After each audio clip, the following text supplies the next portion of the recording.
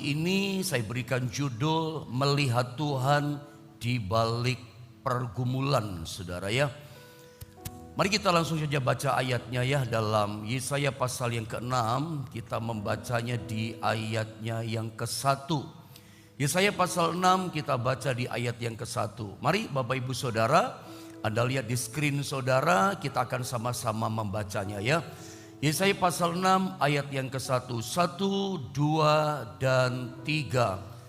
Dalam tahun matinya Raja Uzia, aku melihat Tuhan duduk di atas takhta yang tinggi dan menjulang, dan ujung jubahnya memenuhi bait suci. Mari kita lihat dalam kisah ini bagaimana yang namanya Yesaya. Jadi nanti kalau di rumah Anda pelajari, baca Yesaya pasal 6. Yesaya pasal 6 satu perikop ini bicara tentang pertobatan daripada Yesaya.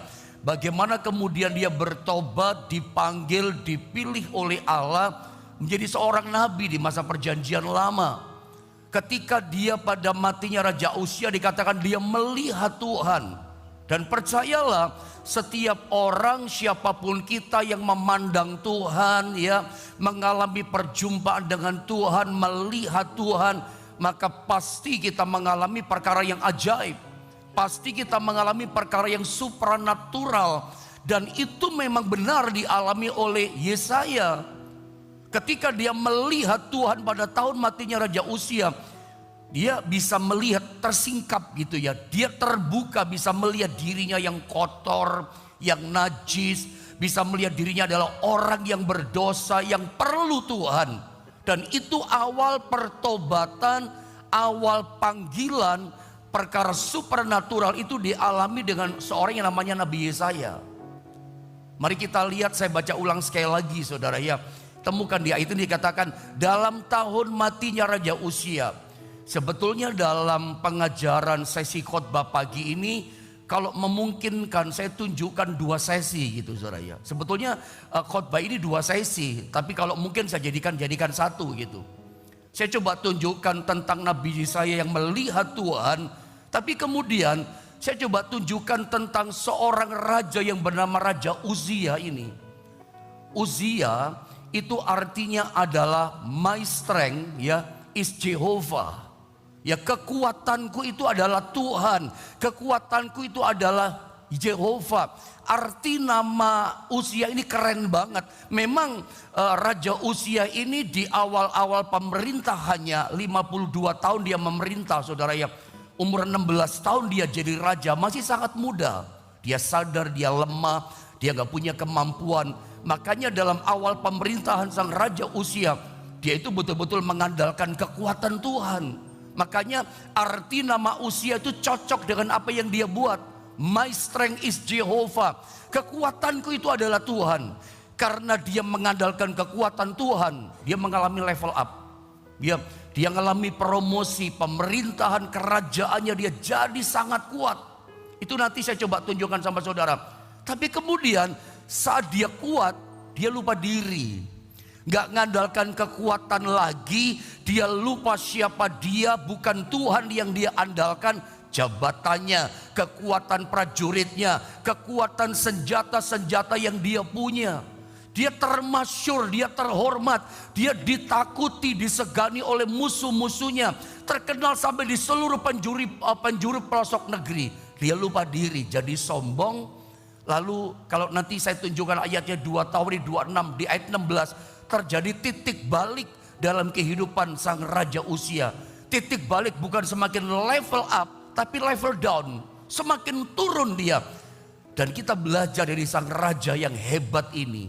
Di akhir kehidupannya sampai mati dia kena kusta. Kenapa? Jadi sombong. Justru di masa yang hebatnya dia luar biasa, dia gak ngalami Tuhan, dia gak melihat Tuhan, dia malah hancur gitu. Tapi kebalikannya, ketika masa matinya yang mengerikan itu, ada seorang bernama Yesaya. Justru dia melihat Tuhan. Coba saya tunjukkan gambar yang pertama ini. Lihat saudara ya. Jadi Raja Uzia ini adalah seorang raja yang memerintah Israel selama 52 tahun. Nanti kalau sempat saya tunjukkan ayatnya 2 Tawari pasal 26 ayat 1 dan 2 dan 3 itu. 52 tahun dia memerintah. Siapakah Raja Uzia? Saya barusan tunjukkan sama saudara. Raja Uzia ini raja yang hebat. Di masa bangsa Israel, sejarah Israel itu mencatat bahwa tidak pernah ada kejayaan lagi pada masa pemerintahan kerajaan Israel seperti pada zaman Raja Daud memerintah, seperti pada zaman Raja Salomo memerintah, sampai kepada Raja Uzia memerintah. Sejarah Israel menceritakan dan mencatat Israel, bangsa ini tidak pernah lagi mengalami kejayaan semasa diperintah oleh 3 raja ini. Berarti Raja Uzia termasuk jajaran raja yang hebat, selevel dengan Daud, selevel dengan Salomo. Sehingga pada masa Raja Uzia memerintah kerajaan Israel, Israel itu aman. Sebab Raja Uzia ini raja yang bijaksana, Raja Uzia raja yang adil, dan plus dia raja yang perkasa. Dia adalah seorang raja yang di masa pemerintahannya, yang profilnya diceritakan dalam 2 Tawari pasal 26, itu ditakuti dan disegani oleh musuh-musuhnya dan dihormati oleh kawan-kawannya. Makanya tidak heran pada masa kerajaan Israel diperintah Raja Uzia, kerajaan Israel, bangsa ini betul-betul aman, betul-betul makmur. Sang raja itu pengayom, pelindung rakyat Israel. Tapi Anda lihat dalam kisah Yesaya pasal 6 ayat 1, ya, perjumpaan Yesaya dengan Tuhan, melihat Tuhan, itu terjadi dikatakan dalam tahun matinya Raja Uzia, aku melihat Tuhan. Lewat ayat ini sebetulnya apa yang saya coba mau sampaikan sama saudara. Yang saya mau sampaikan adalah ini saudara ya. Di masa itu ketika Raja Uzia mati, ini kan pelindung rakyat. Musuh-musuh Israel, bangsa-bangsa tetangga itu takut ketika raja ini memerintah. Termasuk musuh bebuyutan, saya pakai bahasa itu ya. Daripada bangsa Israel itulah kerajaan Asyur. Gak berani menyerang, gak berani menyerbu, gak berani ganggu-ganggu otak-atik bangsa Israel, gak berani. Termasuk musuh besar bebuyutannya gak berani bikin apa-apa. Selama sang raja yang perkasa, Raja Uzia ini memerintah, aman. Lalu kalau Yesaya pasal 6 mengatakan raja yang adil, pelindung rakyat yang ditakuti sama musuh-musuhnya, sampai gak berani menyerbu itu musuh, dikatakan mati. Artinya apa dong ini bagi bangsa Israel? Artinya apa dong ini bagi sang Yesaya, seorang Yesaya? Artinya ini satu goncangan yang hebat yang terjadi atas bangsa Israel. Artinya bagi orang Israel, bagi Yesaya ini adalah mereka sedang mengalami sebuah bahaya dan ancaman yang besar dari bangsa-bangsa tetangga yang memusuhi mereka. Dari musuh bebuyutan besar mereka, bangsa Asyur. Mereka dalam bahaya besar, dalam kesulitan besar, plus dalam ancaman yang sangat besar. Mereka mengalami krisis. Mereka mengalami fase masa kehidupan yang sangat menakutkan. Menakutkan. Mereka akan dihancurkan, dibinasakan oleh musuh-musuh bangsa tetangga mereka. Karena mereka tahu sang raja pelindung yang perkasa itu mati. Matinya Raja Uzia itu sebuah ancaman yang besar buat Yesaya dan bagi bangsa Israel. Tapi mari kita lihat, justru ketika orang Israel dan Yesaya dalam kesulitan yang besar, dalam ancaman bahaya yang besar ini, Alkitab katakan apa? Yesaya dikatakan bersaksi begini, aku melihat Tuhan. Perhatikan kalimatnya ya, tampilkan gambarnya. Yesaya 6 ayat 1 dikatakan, dalam tahun matinya Raja Uzia, firman Allah katakan apa? Yesaya katakan begini, aku melihat Tuhan. Saya ulang, dalam tahunnya mati Raja Uzia, aku melihat Tuhan, kata sang nabi.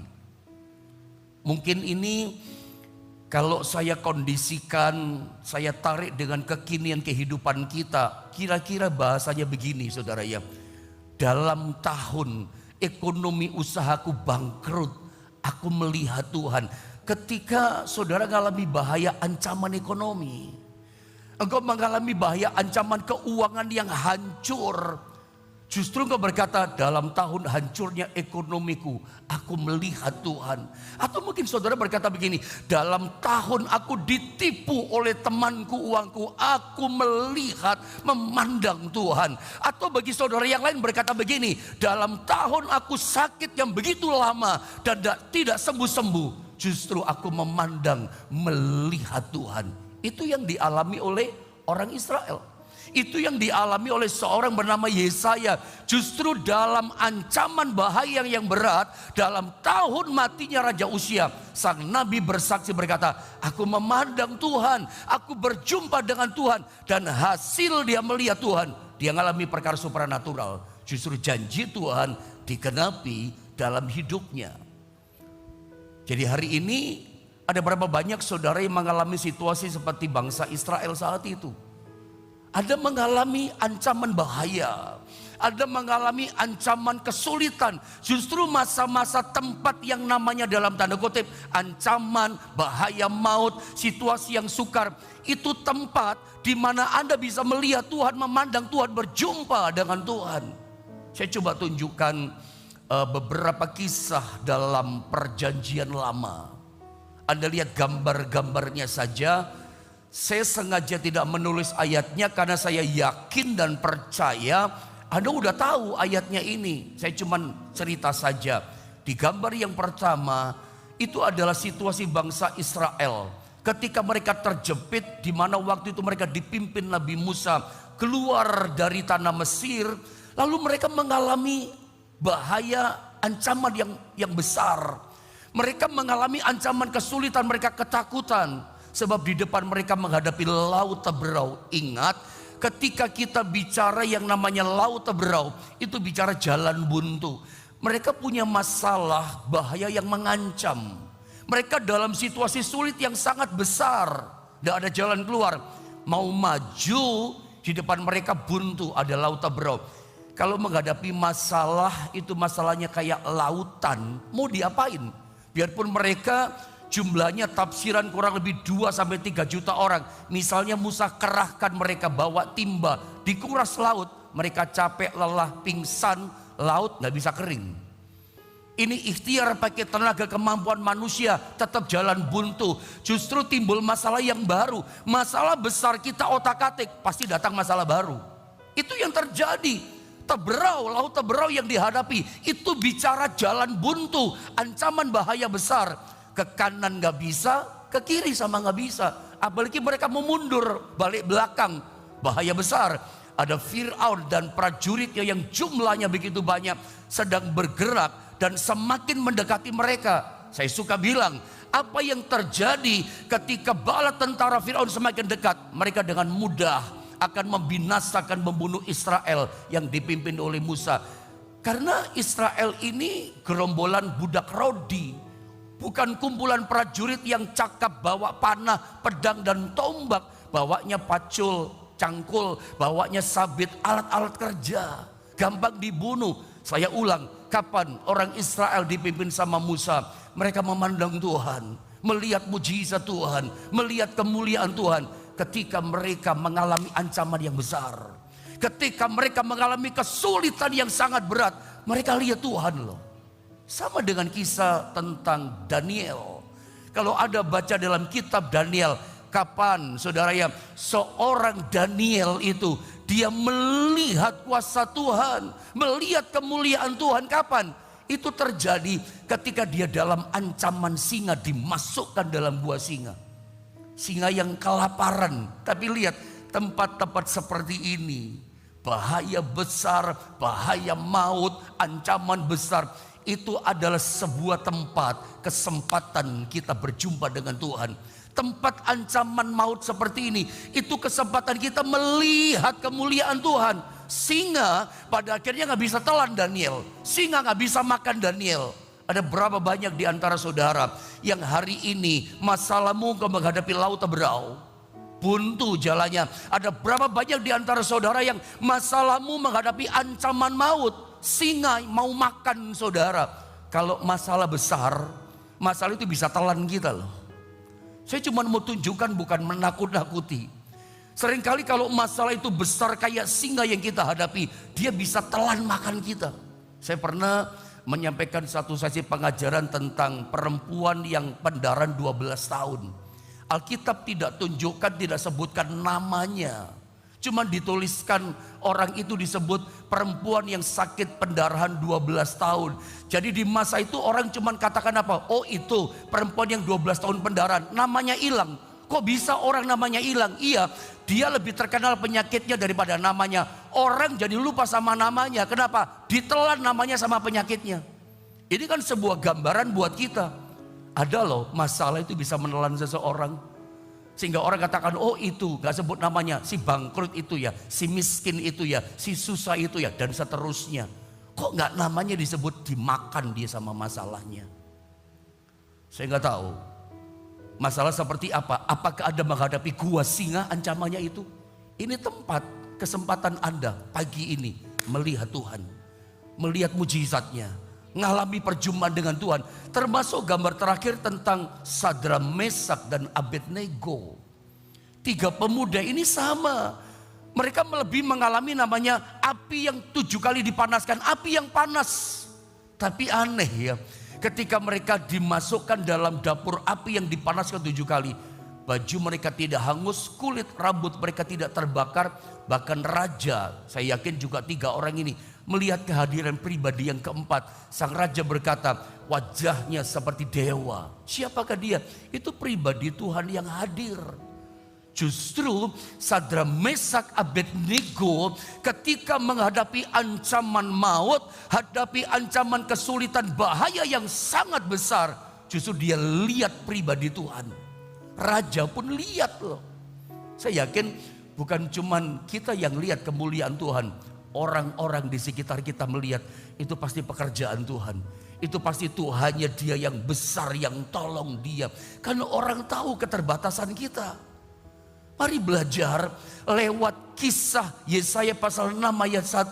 Bahwa tempat-tempat seperti ini, tempat yang namanya tahun matinya Raja Usia, tempat yang namanya Teberau, tempat yang namanya Gua Singa, tempat yang namanya dapur api yang panas. Ini tempat-tempat yang ancaman besar. Ini kesempatan pagi ini Anda belajar. Di situ justru Anda bisa melihat Tuhan.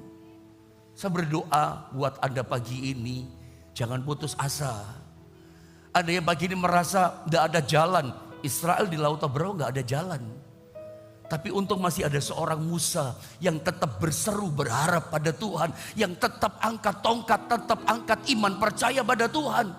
Makanya ketika menghadapi namanya Laut Teberau, hadapi Gua Singa, hadapi dapur api yang menyala ya rasanya, aduh ancaman besar, gak ada harapan, mustahil, gak mungkin gitu loh ada pertolongan.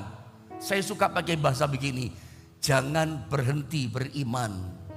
Tetap beriman, tetap lipat tangan, jangan berhenti berdoa. Tetap tutup mata, tetap berdoa dan percaya kepada Tuhan. Sebab bagi Tuhan tidak ada yang mustahil. Saya teringat sebuah kesaksian yang beberapa puluh tahun yang lalu yang saya pernah dengar dari seorang hamba Tuhan. Hamba Tuhan ini menikah cukup lama, suami istri ini. Usianya masih beberapa tahun di atas saya, 5-6 tahun di atas saya. Berapa puluh tahun ya, dia menikah itu kurang lebih 10 tahun. 10 tahun lebih, 10 tahun lah dia menikah. Tidak dikaruniai anak. Sampai teman hamba Tuhan ini dia berkata, ini bahasanya dia, tapi mungkin gak dari hati ya. Tapi biasanya ngomong memang dari hati, tapi sebetulnya itu hanya kecewa. Dia berkata gini, rasanya udah capek Pak berdoa, lelah berdoa. Jemaat pun mungkin bahasanya sama. Karena jemaat ketika gembalanya berdoa, jemaat juga mendukung dalam doa. Ya lama berdoa 10 tahun lebih sejak masa pernikahan. Hamba Tuhan ini belum dikaruniakan anak. Sampai satu kali ternyata benar ya, tidak ada doa yang sia-sia. Tuhan jawab walaupun itu 10 tahun lebih. Tahun ke-11 kurang lebih kira-kira begitu. Istrinya mengandung. Nangis ini pendeta, suami istri, jemaat pun menangis. Terharu dengan mujizat Tuhan. Singkat kata saya potong lebih cepat. Akhirnya lahirlah ini anak. Tapi lahirnya prematur. Seingat saya puluhan tahun lalu saya dengar itu 7 tahun lebih lah. Hampir ya sebutlah 7,5 tahun. Baby ini lahir prematur gitu kira-kira istilahnya. Berat badannya mungkin belum mencukupi, nggak normal. 1 berapa gitu, nggak sampai 1,5. Maka di inkubator ya, bayi ini mungkin 1,5 bulanan inkubator, cukup lama sampai berat badannya memenuhi syarat, sampai kata dokter organ-organ tubuh bayi ini sehat normal gitulah kira-kira. Ya 1,5 bulan 2 bulanan sampai bayi ini kemudian dibawa pulang ke rumah. Dokter katakan boleh, sudah normal berat badannya, sudah sehat semua organ tubuh yang di dalam. Anda mungkin lebih tahu dari saya soal istilah-istilah ini saudara ya. Apalagi kalau Anda adalah orang-orang medis saudara ya. Tapi ada satu insiden, anak ini saya ingat sekali diberi nama Jeremy ini anak. Memang namanya Jeremy. Ada insiden, anak ini ketika dibawa pulang ke rumah, dipastori di rumah hamba Tuhan suami istri ini, ada opa-omanya juga di situ. Ya, itu mungkin gak sampai 2 minggu ada satu musibah terjadi. Entah bagaimana ceritanya, si mamah ini lagi netein anaknya masih bayi itu sambil tiduran rebahan. Kan capek ya, mama itu capek ya, rebahan. Entah bagaimana peristiwanya itu tersedak atau bagaimana, itu asinya mamanya, air susu mamanya itu masuk ke paru-parunya. Kayaknya mungkin kesusahan bernafas. Ini bayi jadi biru semua badannya, bibir biru, muka biru, badan biru. Khawatir mereka, cepat langsung bawa ke rumah sakit, langsung masuk unit gawat darurat, secara intensif dirawat hari itu. Saya potong cerita supaya waktu tidak habis. Lalu mereka dipanggil sama dokter satu ruangan.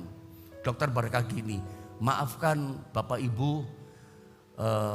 anak Bapak Ibu kelihatannya nggak bisa tertolong. Woi, tergoncang langsung si istri hamba Tuhan ini. Dia nangis di ruangan dokter itu sejadi-jadinya. Tapi untuk rupanya suami ini kuat imannya. Dia tepuk-tepuk pundak, punggung sambil istrinya dipeluk. Tetap percaya. Belum mati kan soalnya. Dokter hanya berkata seperti memang gak ada harapan, gak bisa tertolong gitu. Tapi kita berdoa, kita kuatkan. Mereka keluar ke ruangan tunggu. Mereka gandengan tangan saudara ya. Mereka berharap, berseru kepada Tuhan. Mungkin seperti pujian tadi, ya berkata, kita punya Tuhan yang besar, aku percaya Engkau sanggup tolong, dan seterusnya. Hamba Tuhan suami istri berdoa, itu papa mamanya opa oma dari si Jeremy pun berdoa kepada Tuhan.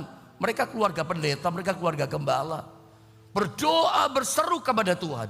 Entah bagaimana ceritanya, lagi-lagi saya katakan, itu tiba-tiba si bayi Jeremy saudara yang umurnya itu mungkin masih beberapa bulan saudara itu tiba-tiba tersedak, tiba-tiba dia kayak batuk, nangis sekeras-kerasnya. Dokter kaget plus takjub dengan apa yang terjadi.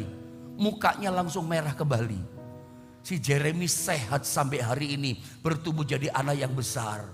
Sehingga teman saya yang lebih senior dari saya, hamba Tuhan ini, kalau ketemu sharing, dia seorang master teologi ya. Dia berkata begini, jadi kalau soal Alkitab jangan ditanya, namanya master. Kalau tanya tentang Tuhan, jangan ditanya, dia hebat soal itu. Dia berkata begini kalau sharing, dulu ya kalau saya bicara tentang Tuhan, itu cuma saya di pengetahuan saja. Memang ada banyak kita seperti teman saya ini kan. Kita selalu berkata, oh kalau Tuhan yang besar kita tahu, Tuhan dahsyat kita tahu. Itu di teori pikiran kita, itu di prinsip-prinsip teori mulut kita ngerti Tuhan yang besar. Teman saya juga ngomong, oh dia master, dia berkata Tuhan besar, dia tahu. Dulu bicara soal iman mengajar jemaat, dia tahu semua. Itu dari pengetahuan lahirnya. Tapi dia berkata, sejak dia mengalami peristiwa Jeremy yang di ujung maut, mengalami ancaman besar. Bagi dia bukan cuma Jeremy, buat dia hamba Tuhan juga istrinya, itu kesulitan yang besar, itu ancaman yang besar. Dia doa nangis, tapi justru dalam ancaman besar, masalah besar itu apa yang terjadi? Dia ngalami Tuhan loh, dia lihat Tuhan, dia lihat mujizat, dia alami pertolongan Tuhan. Yang biasanya dia berkata, Tuhan kita besar saudara, kepada jemaat, Tuhan kita dahsyat, itu cuma di pengetahuan dia katakan, terus terang. Itu cuma di perkataan mulut yang dia pelajari selama ini. Tapi setelah mengalami bahaya besar itu dia berkata apa? Sekarang saya melihat, saya mengalami Tuhan memang besar. Dia sanggup menolong, dia dahsyat. Minggu kemarin saya bicara tentang ya hidup sepakat dengan Tuhan. Mereka suami istri itu sepakat dalam doa. Dan hasilnya apa? Mereka melihat mujizat. Orang yang melihat mujizat memandang Tuhan. Hasilnya apa? Hasilnya mujizat. Ingat kisah tentang Ayub. Itu Ayub pasal 42 ya. Itu ayat yang kelima. Ayub bersaksi begini kepada kita. Dahulu ya, hanya dari kata orang aku mengenal engkau. Hanya dari cerita orang aku mengenal engkau. Ini kan pengetahuan berarti. Tetapi sekarang itu maksudnya setelah Ayub mengalami banyak penderitaan, setelah Ayub mengalami ancaman bahaya kesulitan besar, Ayub berkata apa? Tetapi sekarang mataku sendiri memandang engkau. Tetapi sekarang setelah aku mengalami banyak kesukaran, mataku sendiri melihat engkau dan melihat kebesaranmu. Ayub pun bersaksi hal yang sama. Saya berdoa, Tuhan yang besar, Tuhan yang dahsyat, itu kita lihat kuasanya, kita alami kuasanya. Saya berdoa itu terjadi juga sama saudara. Kapan? Di tempat-tempat yang saya katakan tadi, laut teberau, buntu jalan. Jadi kalau pagi ini engkau sedang mendengar firman dan saudara berkata, aku itu pendeta orangnya jalannya buntu. Ini tempat yang tepat Anda pagi ini juga melihat kemuliaannya. Kalau engkau berkata, engkau mengalami seperti gua singa, masalah itu mengancam saudara, mau makan saudara, mau telan saudara, bahkan sama dengan keluarga saudara. Tempat yang sama, ini kesempatan saudara mengalami melihat Tuhan. Sehingga Anda bukan dari cerita orang Tuhan hebat, sehingga dia bukan cuma dari mulut pengetahuanmu, oh dia hebat, dia dahsyat. Anda ngalami sendiri. Justru di tempat-tempat yang namanya gua singa yang mengancam, di tempat yang namanya buntu laut teberau, bahkan dapur api yang panas yang bikin Anda gelisah. Kadang kita ngalami masalah kayak dapur api yang dipanaskan 7 kali. Bikin kita cemas, bikin kita nggak tenang, bikin kita malam nggak bisa tidur, hampir pagi bahkan kita pun nggak bisa tidur. Cemas, rasanya masalah itu kejar-kejar kita, bikin takut kita. Itu api yang panas. Ini tempat-tempat yang mengancam. Ini kesempatan sebetulnya yang Tuhan izinkan terjadi. Ketika Tuhan izinkan kita mengalami teberau, ketika Tuhan izinkan kita mengalami tempat yang namanya gua singa atau dapur api yang dipanaskan, atau zaman matinya Raja Uzia, tidak ada pelindung, tidak ada yang kita andalkan lagi. Masa-masa seperti ini yang Tuhan izinkan terjadi, bukan karena Tuhan mau hancurkan kita, karena Tuhan rindu kita ngalami pribadinya, kita ngalami kuasanya, melihat kemuliaannya nyata terjadi atas hidup setiap kita.